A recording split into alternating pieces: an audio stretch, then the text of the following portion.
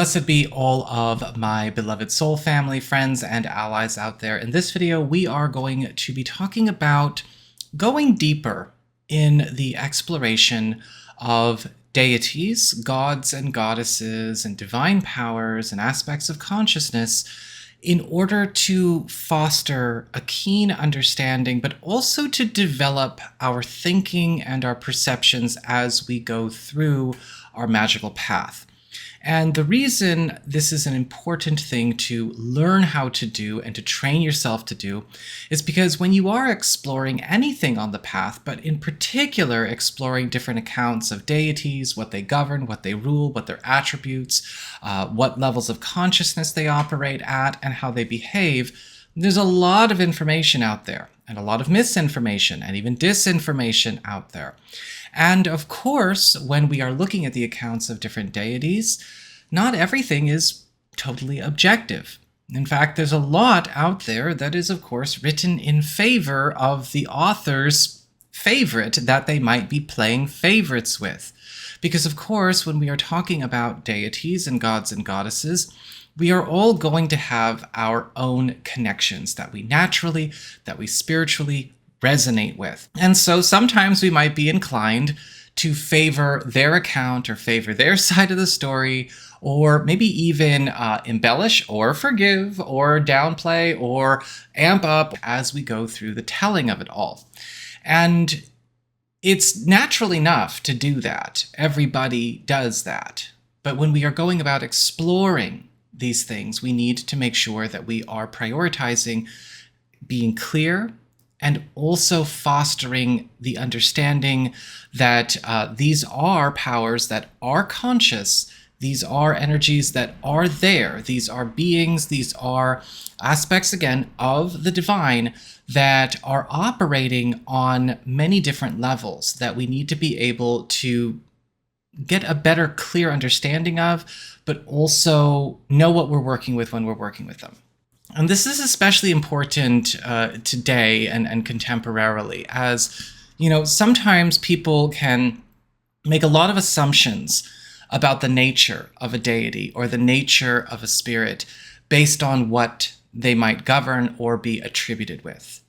Case in point, a deity that may be considered, attributed with the underworld or death or transition or the shadow might be associated with evil, whereas, say, a deity associated with love and passion and sex might be associated with good. But the truth of the matter is, when you go about, exploring different paths and different practices, magical, spiritual, religious, you will see time and again that there are plenty of benevolent underworld deities and benevolent deities of death that often also correspond to justice, and that there are plenty of deities of sex, passion, and intensity and romance that have done some pretty fucked up shit. And it's not about going black and white. Okay, well, this person does this or is attributed with this, therefore they are all good or they are all bad. You have to be able to look at things from the perspective of somebody that is wanting to get the biggest picture that they possibly can. Very much like dealing with people. We are going to meet people that we connect to, that we resonate with, that we know have done some messed up things and made some choices in the past, or may go through a phase where they make some choices in the present that we're just kind of like, no. And yet at the same time, looking at the bigger picture of it all, it's not like that is the defining core element of their character. This is also very important if you are looking at maybe connecting to or trying to understand a deity based on a need that you have, which in another video I already recommended. Do not let your first introduction to a deity just be, I need something and I saw in a book that you're good for this. These are not, beings to be engaged the way you might go out and look for somebody to sell you a car or to book you a travel plan or a hotel, right? Don't treat these like third-party arbiters to your desire, and that's it. You will not get very far. There are some that may be a bit more patient with that, but that's not the way to go about building connections with deity. I don't care what you're looking for. Don't do that. You're not ready if that is your thinking when it comes to deities and magic and the divine. You are not ready, okay? And yes, that is intended to be spoken as a gatekeeper, because I know that sometimes gatekeeping is important. And when you go about this in an irresponsible way, you can get yourself into trouble. You can create trouble for yourself and others, even with deities that you may assume to be all good. Because again, like people, we all have many different sides to ourselves, and we are all multifaceted beings out there. And you may get things that you don't want, or you may find that there is a certain way to approach or to address somebody or to connect to somebody or treat somebody. And if you don't know how, and you're doing something very disrespectful, or you are just unapologetically rude or brazen, or you are maybe just, in a sense, just going about the entire communication in a way where it's very clear there's no reverence for the art, for magic, or for deity at all, it can really blow up in your face. And I've seen it blow up in people's faces, and they keep petitioning to the same deity, not bothering to learn. So sometimes gatekeeping's for your own good. This is not meant to scare anyone away from approaching deities. Obviously, I work with deities, and I have a very good relationship with mine. But again, very much like dealing with people, these were connections and relationships that were nurtured and taken care of and honored over time, which also a great part of that honoring of each deity was getting to understand those deities, not only through their attributions, but also through their own myths, their own accounts, as well as, reading widely, because again, there's always going to be some variation, and also spending time getting to know them, getting a chance to connect and really feel them before, deciding that this is a relationship to work with. And sometimes that happens very quickly. It can only, it could just take a few nights, of communion, of connection. Sometimes it's happening incrementally, and you're just kind of piling it up day by day. Sometimes it's as you're going about your day and you're connecting and you're conversing, you're communing. It all depends on that deity and where you're at in your path and what this connection is all about. So I have an example of a very, very old myth, the descent of Inana, which gives us a very clear example of how misunderstandings, as well as, favoritism with deities, as well as maybe misconceptions of what a deity is all about based on what they rule, is illustrated quite perfectly.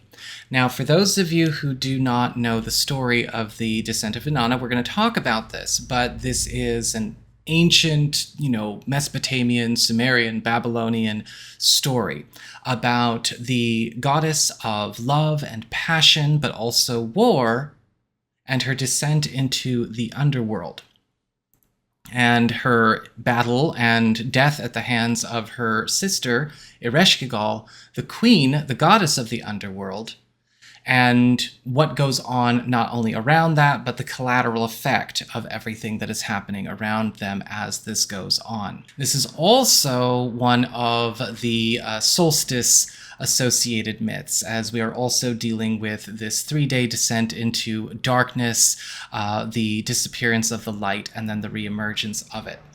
But this is actually a really interesting myth and a really good opportunity as well to learn about how we can't be so black and white in our thinking. And everyone who tells the tale, from beyond the original text, which is out there, does kind of have their own interpretations and puts their own spin on it. And they relate to this deity, and they sympathize with this deity, or they don't.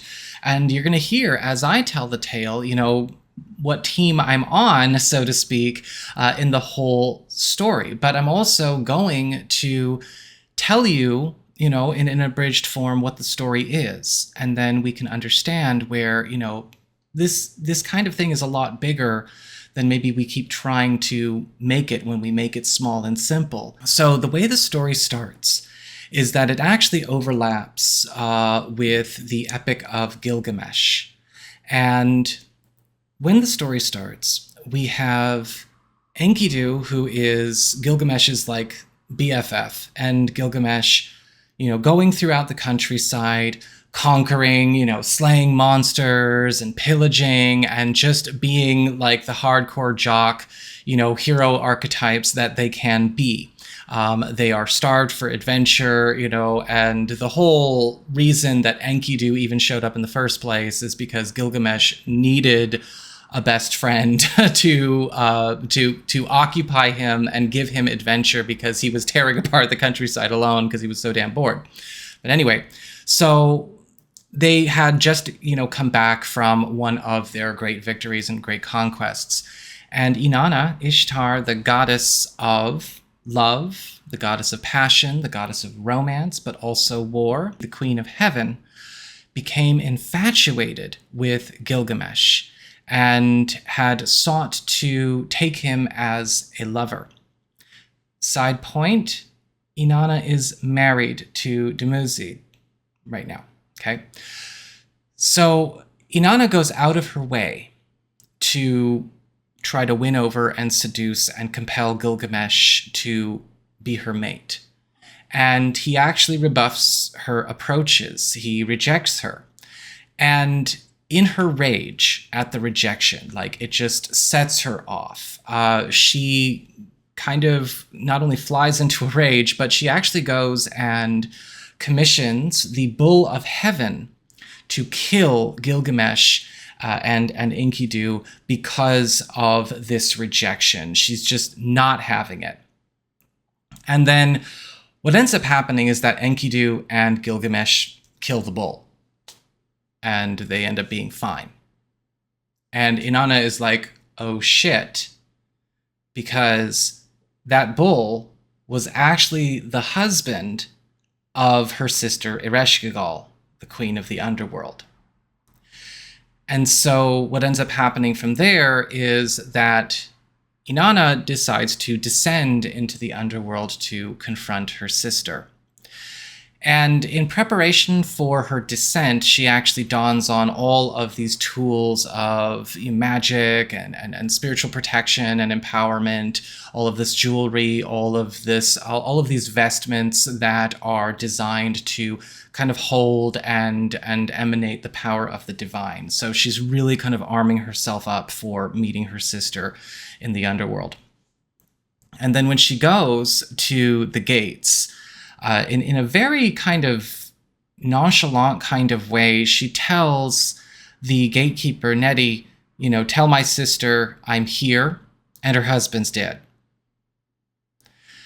And so he goes and tells Ereshkigal, and Ereshkigal is like, I know, and is naturally pissed. But Neti tells also Ereshkigal she has taken upon herself all of this armor, all of this protection, all of this energy, all of these tools and talismans. She is she's armed to the teeth, and she's coming in. So Ereshkigal gets the impression that, all right, she's not only coming in here to, attend the funeral rites of my husband, or is she coming to double down on what she did, or is she just being extra defensive and she doesn't know what she's going to do when she comes in the door? I don't know. However, I'm pissed. I'm out for blood. And so she says, all right, well, she has to pass through the 7 gates. The only way she can pass through these gates is if she takes off one of these articles at every gate until she is laid bare. And that is what happens. And then eventually, once Inanna is laid bare and she comes face to face with Ereshkigal, Ereshkigal kills her. and hangs her from a hook in the underworld.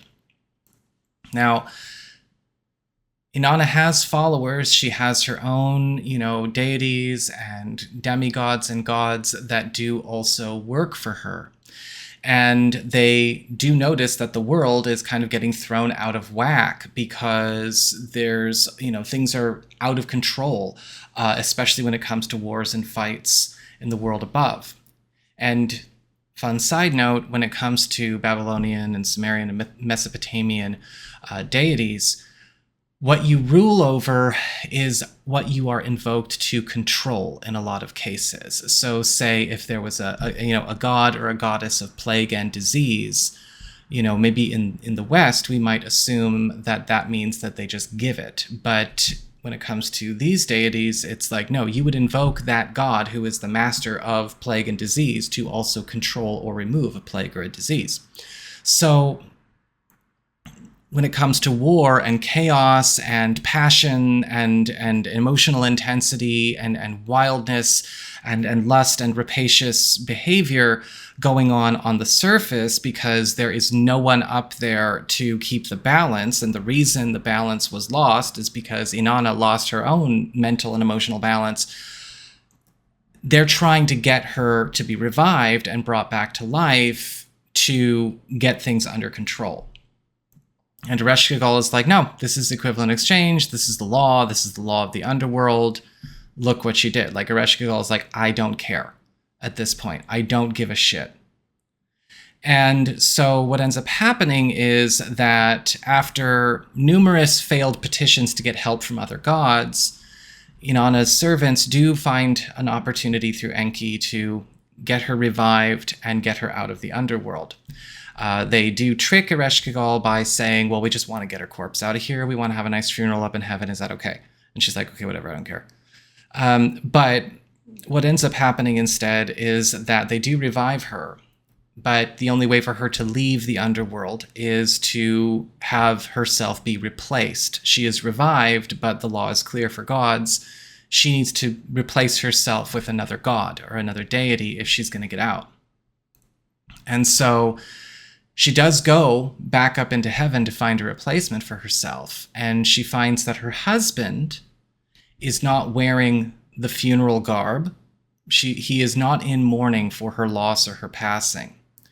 And so she sentences him to be her replacement in the underworld.